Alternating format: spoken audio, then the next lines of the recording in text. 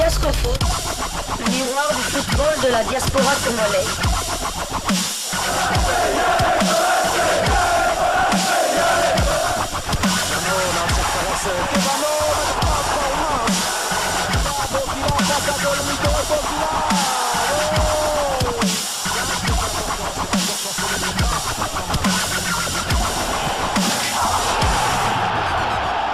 Diascofoot, le miroir du football de la diaspora congolaise. Vous êtes sur Diascofoot, le miroir du football de la diaspora congolaise. Diascofoot vous dit bonjour, tout le plaisir est pour nous de vous retrouver, mais surtout de savoir que vous êtes nombreux en train de suivre votre chaîne YouTube dédiée uniquement aux footballeurs de la diaspora congolaise. C'est toujours un plaisir de vous retrouver pour un nouveau numéro de Diascofoot, le miroir du football de la diaspora congolaise, au lendemain de la qualification des Léopards à la CAN 2023 qui se déroulera en janvier 2024. Du côté de la Côte d'Ivoire, un ancien Léopard de la RDC s'est exprimé sur la qualification des Fauves congolais à la CAN Côte d'Ivoire 2023.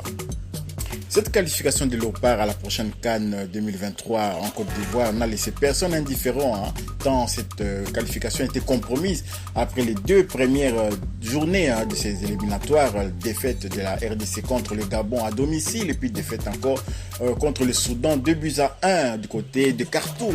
Et donc les anciens Léopards ont commencé à s'exprimer, à exprimer leur joie quand même pour cette qualification. Il s'agit notamment de Erita Ilunga. Erita Ilunga s'était exprimé, c'est lui qui occupe également le poste de président de l'Union des footballeurs du Congo, s'est exprimé en ces termes. Ce que les Léopards ont fait est plus que remarquable. Il a fallu travailler forcément. Bravo au coach, au staff qui a réussi à créer un environnement propice aux résultats. L'ancien capitaine des Léopards a tout de même reconnu que la tâche était ardue lors du match contre le Soudan à l'image du parcours des éliminatoires.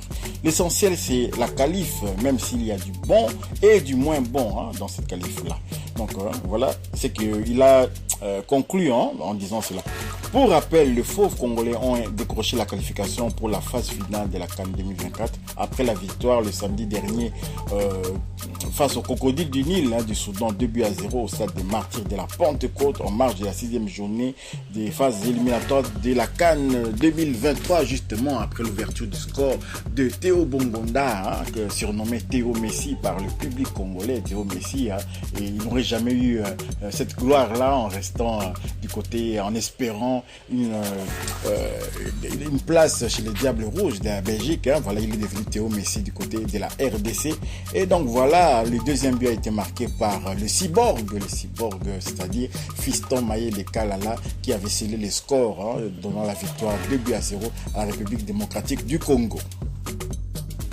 Parlons à présent de la relève, toute cette effervescence autour de Léopard A a occulté un peu les stages de préparation de nos Léopards U21 du côté des Pays-Bas et également aussi dans le Limbourg belge. Les Léopards U21 de la RDC se sont imposés lors de la deuxième rencontre amicale. Ils avaient perdu la première rencontre amicale 3-2 contre le Sparta Rotterdam. Le match s'était joué à Rotterdam. Les Léopards U21 de la République démocratique donc se sont imposés 3-1 face à l'Omel FC, c'est un club de deuxième division belge, le lundi 11 septembre dernier en match amical de préparation joué à Rotterdam. Le match s'est joué à Rotterdam et l'Omel, c'est une ville du Limbourg, de la province du Limbourg belge, un peu non loin de la frontière hollandaise, à peu près à 11 km de Eindhoven.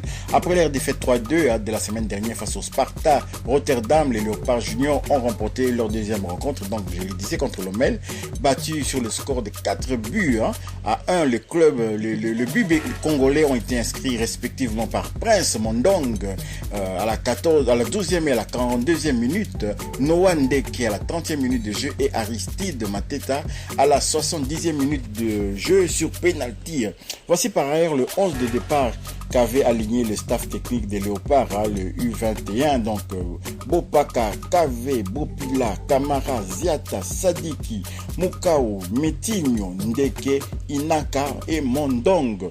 Pour rappel, le Fauve congolais composé exclusivement de joueurs évoluant en Europe, donc qui entrent vraiment dans le cadre du Diasco Foot, les miroirs du football de la diaspora congolaise, sont depuis le 5 septembre en stage de préparation de quelques jours à Rotterdam aux Pays-Bas pour préparer les futures échéances de l'équipe nationale de cette catégorie. Donc félicitations quand même à la FECOFA qui est en train de redonner du souffle nouveau à cette formation U21 des Léopards. C'est bien dommage parce que certains joueurs ont encore 18 ans, notamment Noah Sadik qui n'a que 18 ans. Il aurait pu participer aux Jeux de la francophonie, il aurait pu participer même à d'autres matchs amicaux, notamment la Fati Cup. Il aurait pu participer à cela, mais que cela ne tient, il a pris la bonne décision. Noah Sadik est titulaire du côté de l'Union Saint-Gilloise, club engagé dans la phase de poule de l'Europa League 2023-2024. Donc voilà tout ce qu'on pouvait dire concernant quand même ces stages des Léopards qui se terminent en beauté. Notons quand même que les Léopards U21 ont marqué quand même 6 buts au cours de ces 2 matchs, ce qui n'est pas rien. Il faut maintenant tâcher de régler encore un peu en défense là pour voir si c'est possible de ne pas encaisser, de sortir des matchs vraiment avec des clean sheets, 0 but encaissé, ce qui serait une très bonne chose. Donc félicitations au Léopard U21 du coach Guy Bukasa. Voilà.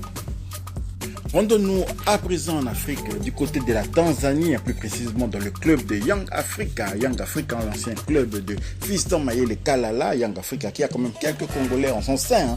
Et donc voilà, nous apprenons que Maxime Pianzengeli, ancien joueur de Maniema Union, vient déjà d'obtenir une récompense avec ce club de Young Africa. Maxime Pianzengeli et les Congolais de Young Africa de Tanzanie a été plébiscité meilleur joueur du mois d'août 2023 au championnat de Tanzanie 2023-2024.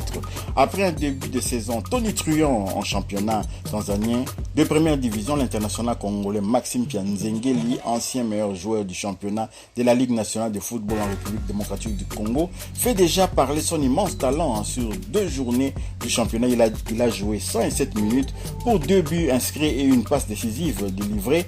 Il vient d'être désigné comme meilleur joueur du mois d'août 2023 au championnat tanzanien. Donc, qualifié au dernier tour de la Ligue des champions africaine 2023-2024, Young Africans Sporting Club, champion de Tanzanie 2022-2023, va sans nul doute bénéficier de l'apport offensif de l'ancien capitaine de l'AS Maniema Union de Kindu, recruté au début de cette saison sportive. Donc voilà, Maxime Pianzengeli quand même, qui était avec nos Léopards du Chan, qui était également parmi les Léopards U23.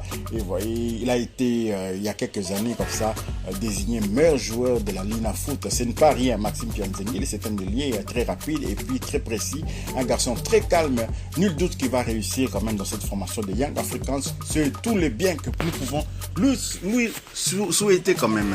Maxime Pianzengeli va tenter une fois de plus d'emmener cette équipe le plus loin possible sur la scène africaine. Si vous avez aimé ce numéro de Diasco Foot, à quelques heures du coup d'envoi de la rencontre, il va opposer la RDC à l'Afrique du Sud, plutôt Afrique du Sud contre la RDC du côté de Johannesburg.